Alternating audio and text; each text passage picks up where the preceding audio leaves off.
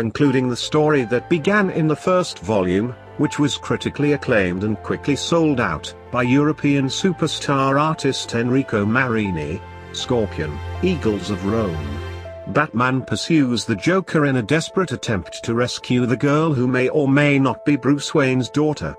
But the prisoner of the Joker may be more fearsome in his own right than he had foreseen. And what role could Catwoman have in the final confrontation between these two sworn enemies? 9 years ago, Bruce Wayne entered with the hit face at Lucky 7 to have a drink and try to leave behind that bad night of work. The bartender, a young woman named Mariah, recognized him when she saw him, so he had a special drink and told her that his shift would end in an hour. In the present, Batman chases a motorcycle to a band of criminals known for their fanaticism to the Joker. After tearing down a couple of his vehicles, he takes the leader and drags his head down the pavement to tell him where the Joker is, but the crook claims to know nothing. In the end, Batman releases him and desists to find that night some clue that leads him to little Alina. Meanwhile, the Joker plays the piano in the store he uses as a hiding place, and Harley Quinn tries to get his attention by covering with sushi several parts of his naked body. But he gets tired of his requests for attention and leaves. Shortly after, the little depressive clown named Archie brings Alina the leftovers of the sushi so he can eat. Before the inquisitive questions of the girl, he tells him all the times he tried to commit suicide to end his miserable life.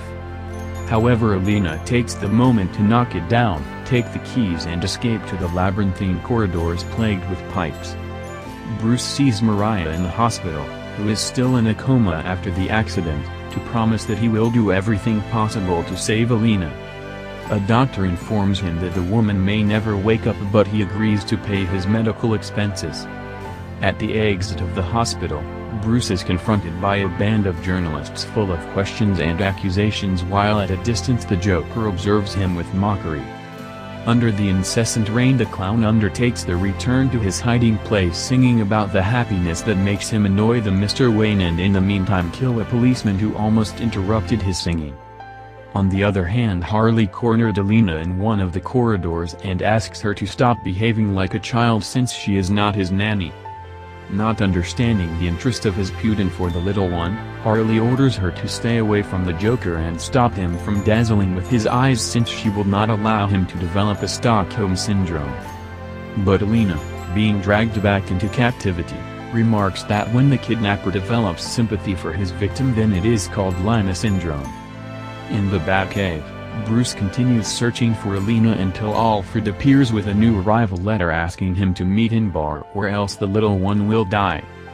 That night Bruce goes incognito to Lucky 7, where the Joker approaches him disguised as a prostitute. Without encouragement for the initial jokes of the clown, Bruce orders him to tell him where the girl is, so his companion shows him a video of Alina handcuffed. Bruce loses control in the face of such talk and takes the lunatic by the neck, but for the safety of Alina finally desists to break it. The Joker, after mentioning that squeeze and his look reminded him of an old friend, informs him that the Blue Cat diamond will be auctioned off for $50 million and that he wants it in exchange for the girl's life. After assuring the millionaire that Alina will die if he does not get what he wants, the Joker gives him a small bottle of tranquilizer and orders him to drink it to make sure he will not follow it. Bruce drinks reluctantly and instantly falls unconscious, but not before placing a tracker in the coat of the Joker. Later, Bruce wakes up in a limousine on the way to Wayne Manor, where Alfred informs him that the Joker got rid of his coat with the tracker. The next day Bruce goes to the massive auction where he plows large sums of money to get a diamond necklace, while the Joker and Harley follow the event on television. Unfortunately, Selena appears at the auction and, for a moment, sees her cat tattooed on her lower back. He loses concentration and an air of she wins the auction. However, Selena triggers a small control that drops a huge crystal chandelier on the audience and uses the riot to steal the diamond, which translates into a setback for Bruce and the Joker.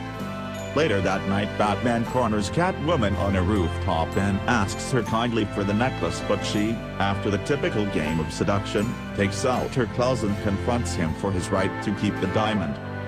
Without stopping to waste time in games and fights, Batman takes advantage of the clash to remove the necklace and leaves planning the scene, leaving Catwoman confused by the reason behind their actions. Then he communicates with the Joker to determine the place where they will make the exchange, but unfortunately the call. Both Bruce and the Joker curse for the cut of the call. Enraged in the need of killing someone, the lunatic calls Archie and puts a gun to his head. But the depressive clown informs him that he has already reunited the new band he asked him to arm. Meanwhile, Batman analyzes Alina's video that the Joker taught her at the bar. And when enlarging the image, discovers a barrel with the logo of the abandoned plant of the energy company Wayne. In that place the Joker meets with a band of hard and ferocious mercenaries armed to the teeth who refuse to work for him until he prepares them. Without any problem the clown gives the leader of the band a fake dollar bill bathed in his laughter poison, which kills the man in a matter of seconds. Attracting all the attention, the Joker orders the mercenaries to let Bruce Wayne in if they see him arrive, but if they see Batman first then he gives them permission to shoot to kill. Then the Joker visits Selina because she broke the toy clown with which he was spying on her through a hidden camera. The girl tells him that clowns do not make him laugh for what he proposes to draw a smile with a knife, but Alina warns him to think well before committing a stupidity or otherwise make angry to Batman. After that comment the Joker calms down, recognizing that he was also a boy who challenged the greatest, but recommends him to be more ready when choosing his enemies. When Alina confesses to him that if great it will be police to stop two evil men like him, the Joker ignores it and prepares for the exchange. In the distance the Batmobile is approaching the abandoned plant controlled remotely by Alfred, who unloads the entire arsenal of the vehicle against the mercenaries. Initiated the attack, Catwoman arrives at the scene wondering why Bruce took the necklace there. Inside the plant one of the mercenaries stops the Batmobile with a rocket launcher. But when checking inside the vehicle they do not find Batman. Immediately Batman jumps the mercenaries from a beam and finishes them accurately using his gun hook, batarangs, punching and kicking right and left. Finally the Dark Knight is left standing somewhat bruised, but the Joker takes the opportunity and sticks a dagger under the asila, the only point that his suit does not protect at all well. Tired of that situation, Batman takes the Joker by the neck, who immediately recognizes the grip, and throws him to the ground to beat him with blows. The clown begs him not to use that kind of violence in front of the girl, but in the brief moment of distraction Harley appears and hits the hero's head with a baseball bat. After that she checks the tool belt and celebrates the finding of the necklace, so the Joker, having obtained what he wanted. He places his gun on Alina's head to execute it, but Harley stops him and reminds him that he had promised that they would not hurt children. The Joker is infuriated with Harley for ruining the end of his joke and, completely bored with it, he points the gun at him and shoots him. Luckily Catwoman saves Harley and removes the necklace. The clown grabs her by one leg so she does not escape, but Catwoman kicks him in the head. Quickly the Joker shoots the thief until only one bullet remains in the barrel. Eventually he decides to use his last shot with the charming Dark Prince. But suddenly Alina nails him in the rear hand stick with a poison tip. The clown breaks into panic knowing that he only has 2 minutes to administer the antidote. But he cannot find it in his pocket since Alina stole it too. With a surprising coldness, and to take revenge for the bad things he did to her, Alina throws the antidote through the window directly into the bay of Gotham City.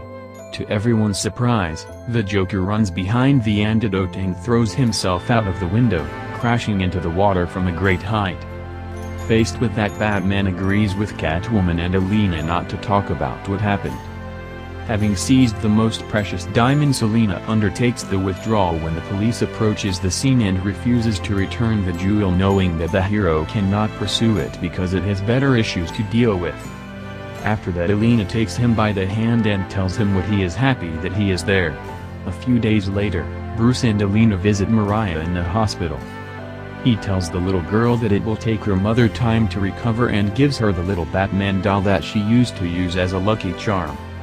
Soon after, Commissioner Gordon approached him to congratulate him for having decided to adopt the girl and confirms that there is still no clue that confirms the death of the Joker. Later, near Christmas, Bruce receives a package at the Wayne mansion containing a small toy clown along with a note from G in which he asks him to take good care of his little princess. Suddenly Alina appears and tells him that she cannot sleep, so he decides to tell her a story about Batman. 9 years ago at Lucky 7 Bar, a man came wanting to drink something just when the place was closing. Mariah refused to serve him since it was closing time, but in the end he changed his mind when he saw that the bizarre guy with green hair was very attractive.